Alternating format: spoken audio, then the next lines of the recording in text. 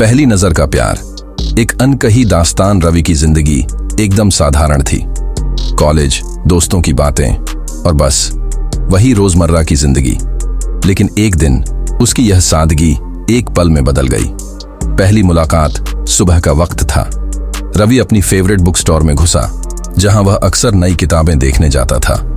किताबों की शेल्फ के बीच वह कोई अच्छी किताब ढूंढ ही रहा था कि अचानक उसकी नजर एक लड़की पर पड़ी।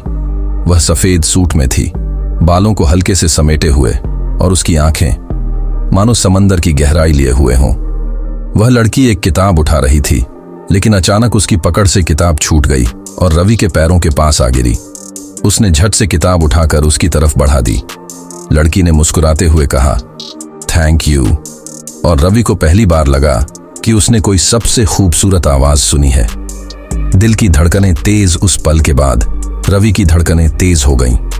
उसे समझ नहीं आया कि यह क्या था। वह बस उसे देखता रह गया।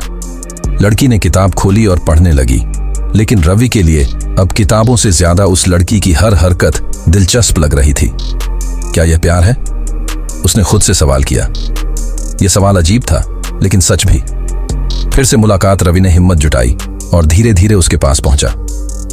यह किताब अच्छी है? उसने हकलाते हुए पूछा। लड़की ने मुस्कुराकर कहा, हाँ, बहुत अच्छी है। तुम पढ़ते हो? हाँ, कभी कभी, रवि ने जवाब दिया। लेकिन सच्चाई यह थी कि अब तक उसे सिर्फ वही लड़की पढ़ने लायक लगी थी। कुछ देर की बातचीत के बाद लड़की ने कहा, मेरा नाम सिया है, और तुम्हारा? रवि।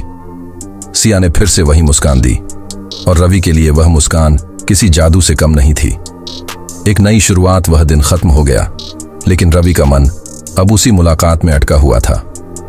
उसके लिए वह सिर्फ एक लड़की नहीं थी, वह उसकी पहली नजर का प्यार थी। उसने खुद से वादा किया कि अगर किस्मत ने एक बार और मौका दिया तो वह इस प्यार को बस पहली नजर तक नहीं रहने देगा। शायद यह शुरुआत थी किसी अनकही मोहब्बत की, या फिर एक खूबसूरत प्रेम कहानी की।